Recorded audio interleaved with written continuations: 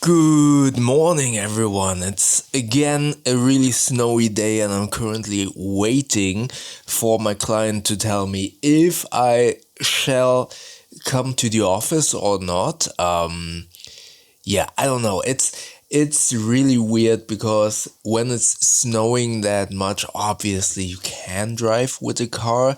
It's not a big deal if you are carefully driving. But honestly, even I'm never really concerned about my driving capabilities, but rather the misjudgment of other people. So when it's slippery and snowy, I don't know. I don't want to drive on the street because I just know from my experience as a motorcycle rider that other people are really reckless or misjudge their capabilities.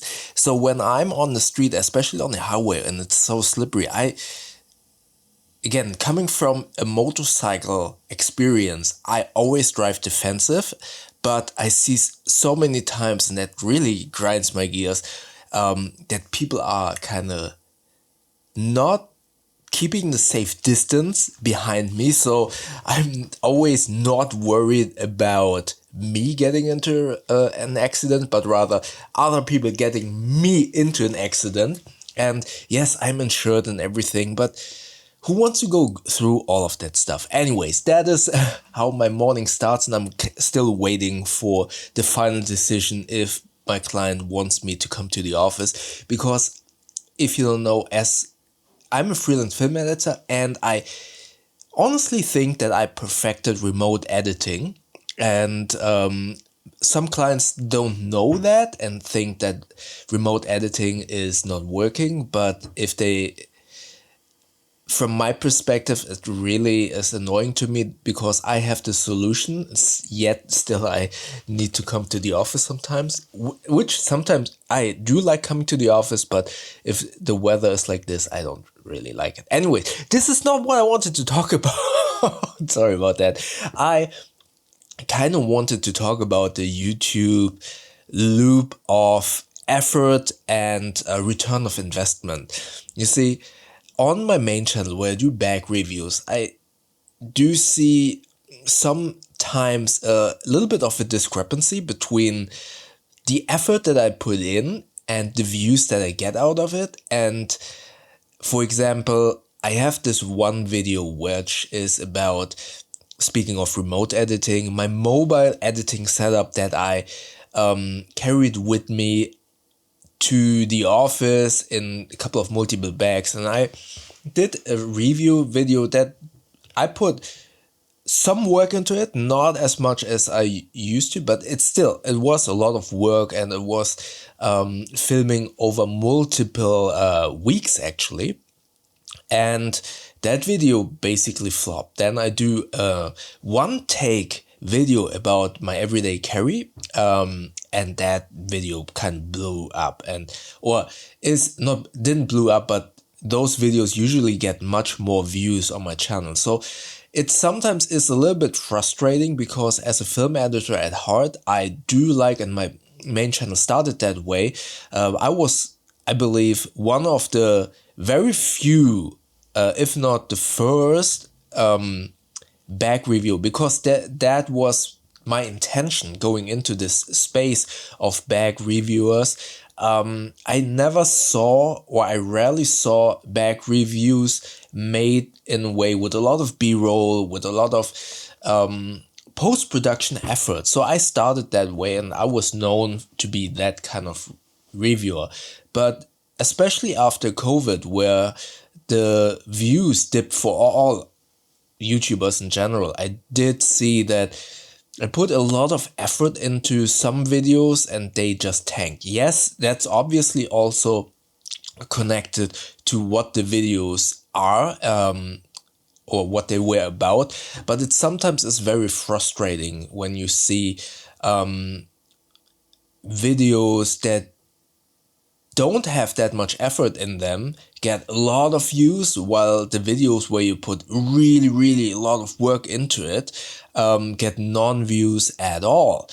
And that is the harsh truth of YouTube sometimes, and where you kind of need to find a balance, and or not a balance, but maybe also not get frustrated or discouraged by that kind of thing, because this will happen a lot of times, especially also if you sometimes compare yourself to other creators, where you see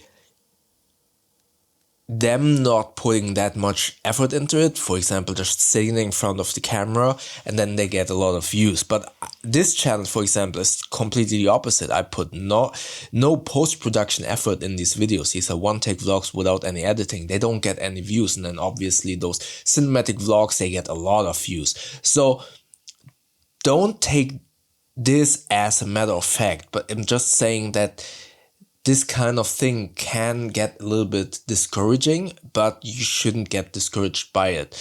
I think it's just a matter of being aware of that the amount of work, or the non-existing amount of work, it doesn't kind of correlate directly to the views that you get. But you shouldn't kind of beat yourself down by thinking, oh, I put 10 days or hours or whatever times of work into that video and no one watches it. It's just a harsh reality. And sometimes you think, oh, that person just sits in front of the camera, for example, reaction channels or commentary channels, and they get a lot of views. That can be very frustrating sometimes. I honestly don't have a solution for this. I just wanted to kind of make you aware of this if you are thinking about becoming a creator, or you are already a creator.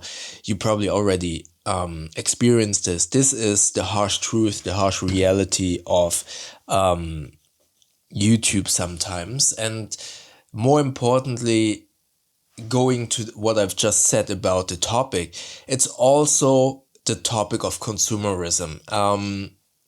While many people kind of say, oh, why don't you cover those, especially in my main channel, bag review, why don't you cover bag XY that isn't so known, or oh, another video about this bag that all of the other reviewers are covering. And I totally get that. I want to see new stuff, but I don't want to shift blame, but I can clearly see it in the numbers.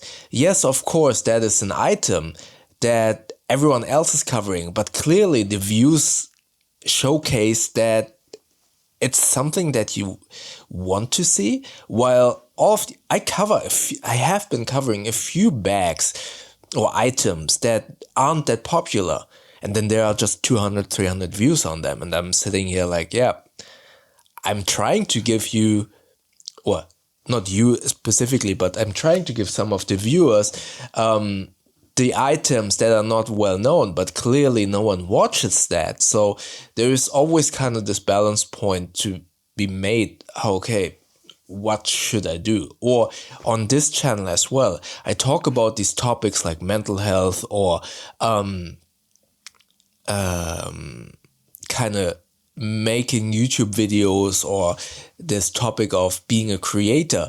Then I have other videos about a specific item that you can buy, for example, a retro gaming device. Those videos where there is the underlying kind of topic of, okay, this is something that I can just buy. Those videos get much more attention and views than the videos which I personally believe are much more important, like mental health, or this topic about YouTube in general. I know that there are also a couple of different reasons why these don't perform as well. Obviously, I am regurgitating topics that are presented on YouTube already, but in a much more visually appealing way. Of course, there are so many different factors at play, but what I do see is, as soon as something is more in the consumerism space, i.e. you can buy it, it's more likely that people are watching it. And again, what I was saying is, the amount of work or the non-amount of work that you put into a video doesn't correlate with the views. It's more about what the topic is, unfortunately. Because I know that some of you or many of you have a lot of good things to say, but sometimes if it's not related to buying something, then it doesn't get a lot of views. Again, this is a lot of rambling. I don't have a solution for this. I just wanted to talk about this because I found it very interesting. Anyways, that was my video for today. Maybe check out my video from 2 days ago, because yesterday I wasn't able to make a video. Check it up here. YouTube thinks that you like the video on here. And don't forget to subscribe by clicking the button up here. That way we definitely, hopefully, see each other tomorrow. Thank you very much.